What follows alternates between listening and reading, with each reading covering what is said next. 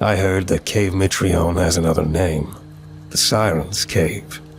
Folks say there's a gust that flows through the cave and causes the sounds of people calling to you. I heard it ain't just the wind. Some old settlers and explorers got stuck down there. Shit got real. Before they knew it, boom, they were gone. Maybe they just fell into the pit. My two friends, Trey and Anthony, kept on discussing the majesties of this strange cave in the middle of nowhere outside of our town. Some 70 miles north, there was a large swathe of land housing a large cave that held the eponymous Wailing Cave. I was always up for adventure, being 17 and spending most of my life outdoors. But it was the insistence of my two aforementioned friends and their propensity to do far more daring feats that led us to this particular adventure. Come on, Bryce, you know if we tell our folks they'll just stop us. Or, worse yet, insisting on coming with us and providing boring rules we don't need. Trey grabbed my shoulder painfully. We're strong, virile men. We don't need any of that shit.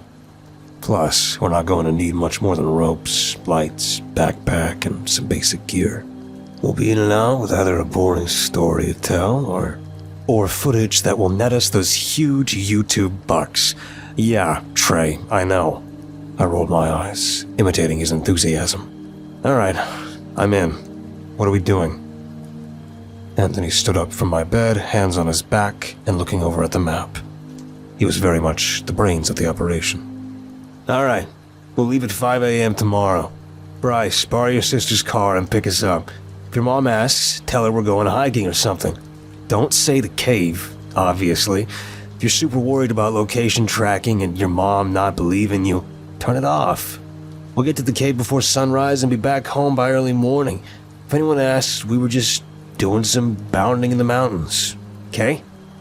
Bounding in the mountains. Will that make people think? Trey started before Anthony let out an audible sigh, and we broke into laughter.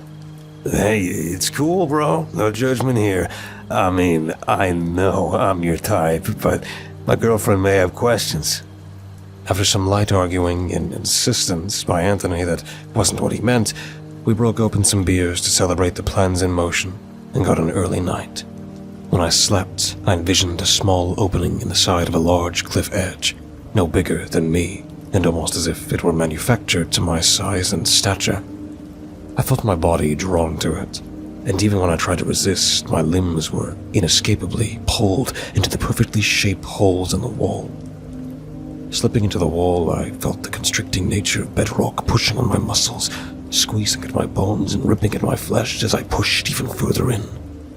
I could hear something calling out to me from the depths. Then, in an instant, my body was wrenched forward at an astounding rate. My skin split and I felt it burning all over as I screamed for the dream to stop. When I awoke, I was laying in a cold sweat and staring down at the bedroom floor, my covers wrapped all around me like a boa constrictor. What the fuck was that? We set about making our preparations in the morning. I felt the cold chill of November air hit my skin as I went downstairs and grabbed my gear from the garage and thanked my sister for the car, even if it meant bribing her $50 to not tell Mom where we were going.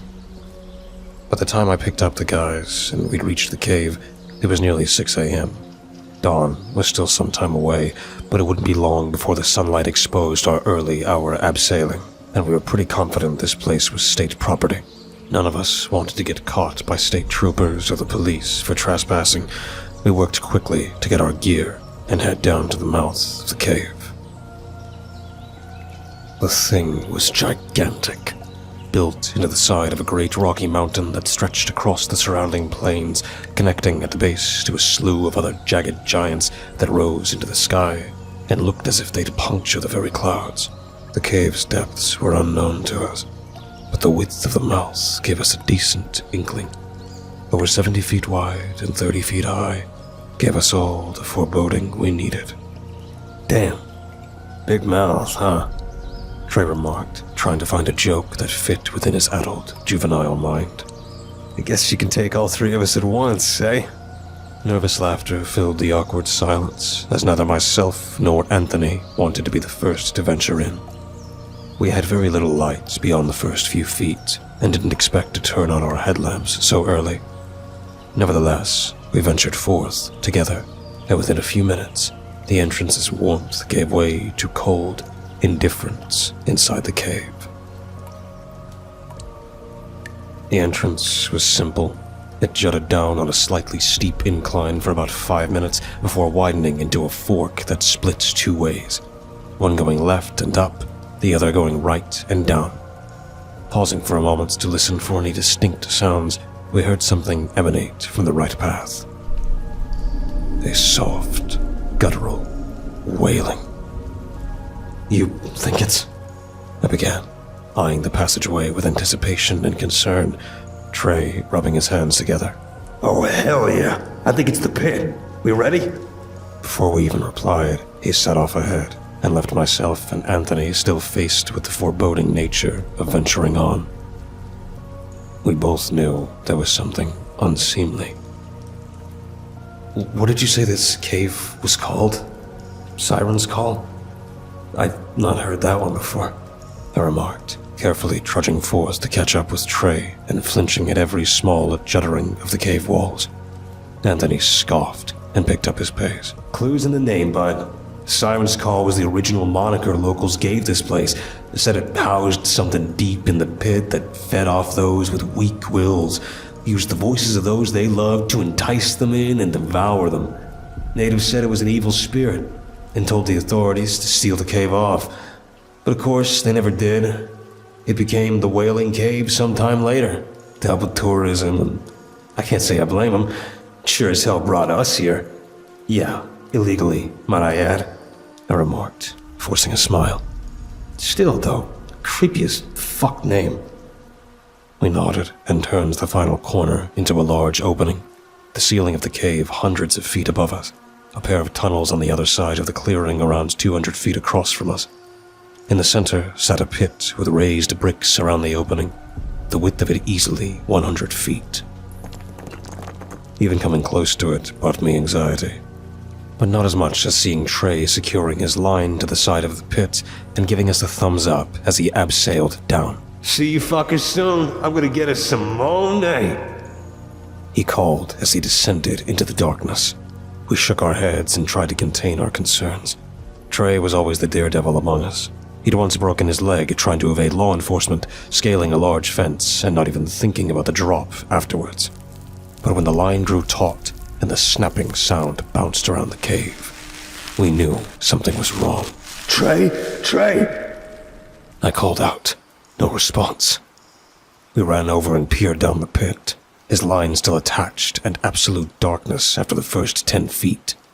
We held onto the line and tried pulling against it in vain, worried he'd passed out from hitting his head. A sense of audible dread filled my body the longer I stared, Anthony's forehead breaking out in a cold sweat as we waited for a response. We got it, in the form of the line snapping and Trey's terrified screams as he fell further and further down. It was a horrific, visceral sound that sent my knees buckling, and Anthony grabbed me to stop my momentum, dragging me into the pit with him. "We have to go. We need to get help. Now!" he cried, shaking my shoulders until I saw sense. I nodded, and we dashed for the entrance. What followed chilled my blood and stopped us dead in our tracks. Hey, I'm fine. Just spooked the shit out of me is all. Don't panic. Jeez, just come back and throw me a line. I'll be able to get up." Anthony breathed a sigh of relief and began walking back, but I pulled on his collar and shook my head, eyes wide and full of fear, a finger up to my lips. "What? He's stuck down there, dude. We gotta help him." He hissed, keeping his voice low as I asked. "Did you hear his body hit the ground?" I asked, his eyes fixated on mine and not responding when I asked.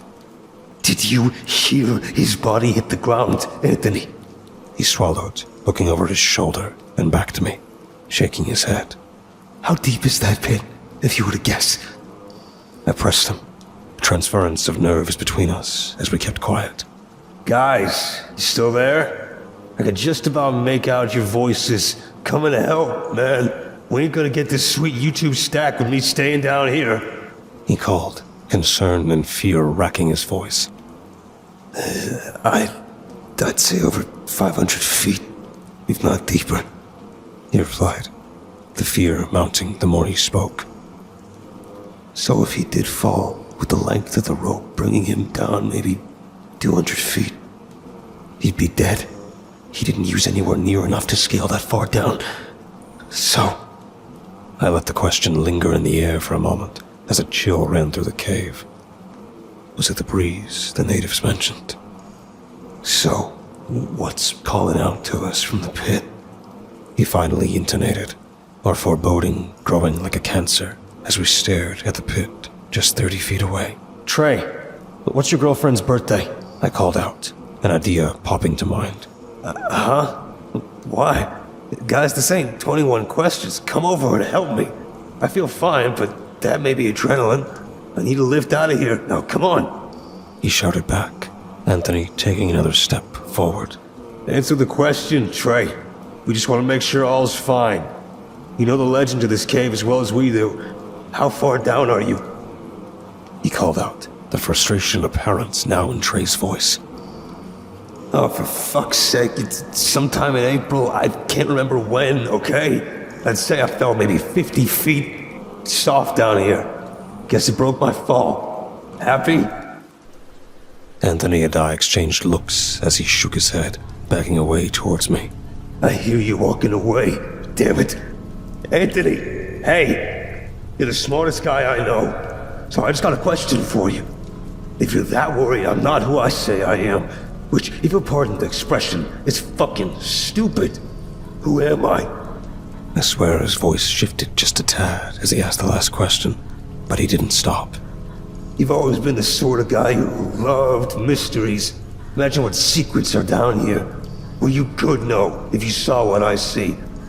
All you have to do is throw me a line. I'll tell you everything.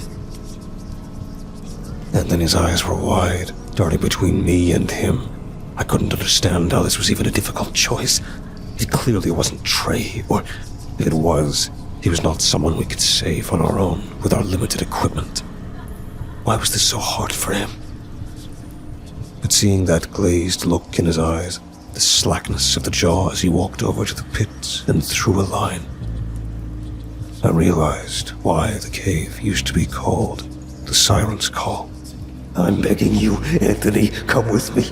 We can save Trey within a couple of hours with the right people. We don't need to put ourselves at risk. I reached out a hand, not willing to get close, but also worried about my friend's slowly deteriorating sanity.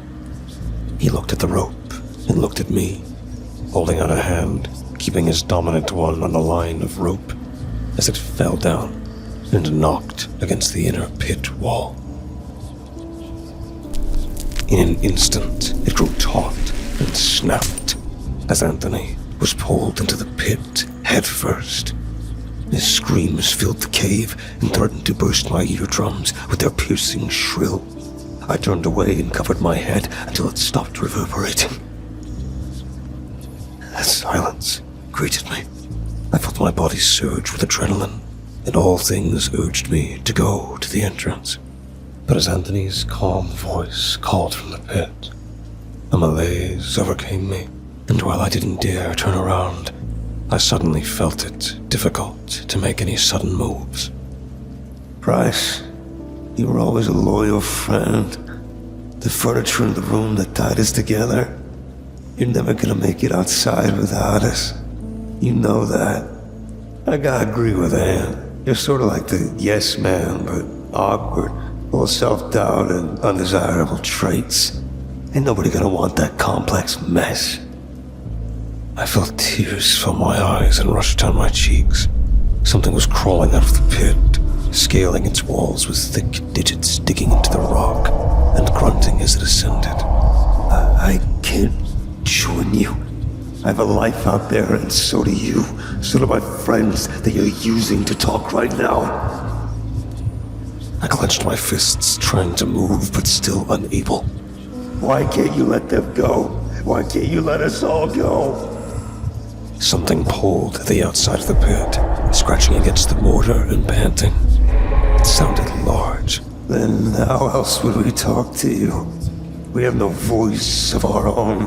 We know no other way than to be used as meat puppets. It gurgled and laughed as Anthony spoke, his voice breaking down and distorting. Whatever was behind me was finding its way to me, and the voice grew closer. It was so visceral and real that I almost turned around. Good joke, Trey. After all, we're all meat puppets in the end. So, why wait? Besides... Hot breath pushed against my ankles. It was so close. You smell ready to us. At that moment, my fear gave way to flight, and I bolted for the passage, dropping my back on whatever was behind me. It contained several pieces of heavy equipment that I'd prepped for my own abseiling, and that being unceremoniously brought down on anyone would hurt. The thing howled as my pace picked up. So ready, why wait? So ready, why wait? It bellowed, claws and hot breath tearing into the walls as I rushed, my eyes blurring and blood aching as I pushed through the agony. As soon as light filled the opening, the panting stopped. No cry of pain or slinking into the darkness. It simply ceased. I didn't dare turn around until I was back at the top of the hill leading to the mouth. When I did, I saw nothing. Simply the entrance to a cave none of us should have ever ventured into. My friends still trapped inside.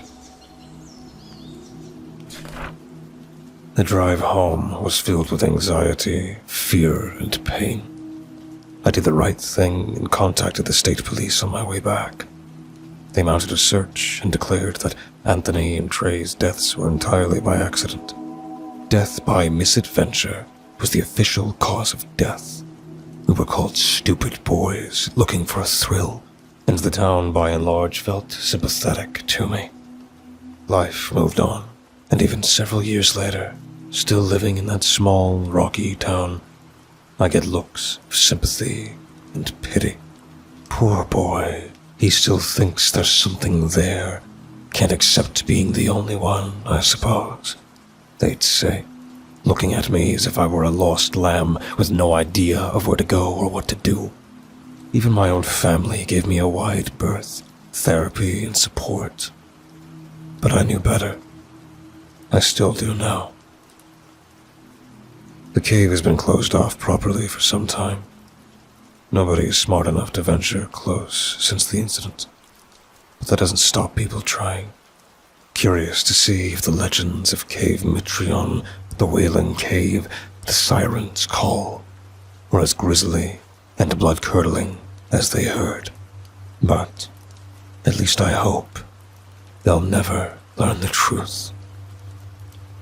Not long after the incident, I had those nightmares again, enticing me into my own private little hole in the wall, squeezing and constricting me.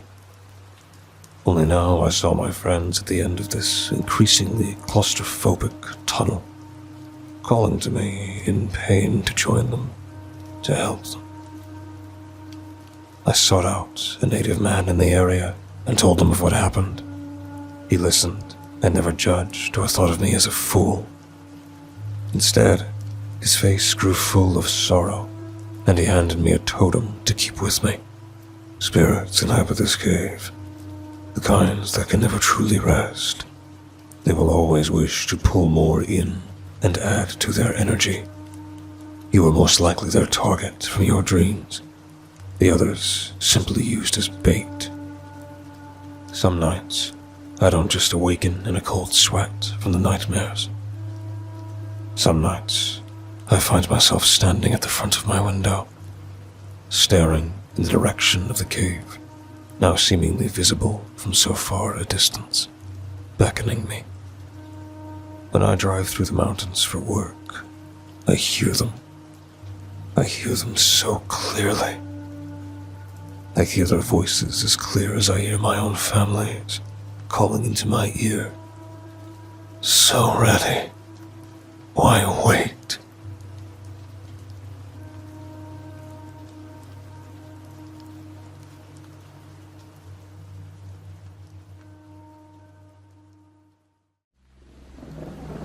Thank you for listening and delving with me into the dark together. Please remember to leave a thumbs up and subscribe if you feel so inclined. The more engagement this video gets, the more YouTube will push my content to others. Thus, the following will grow. All stories read in this channel will be available on Spotify, iTunes, and just about everywhere else. Links in the description. Thank you for listening and feeding the cause. We'll be seeing you.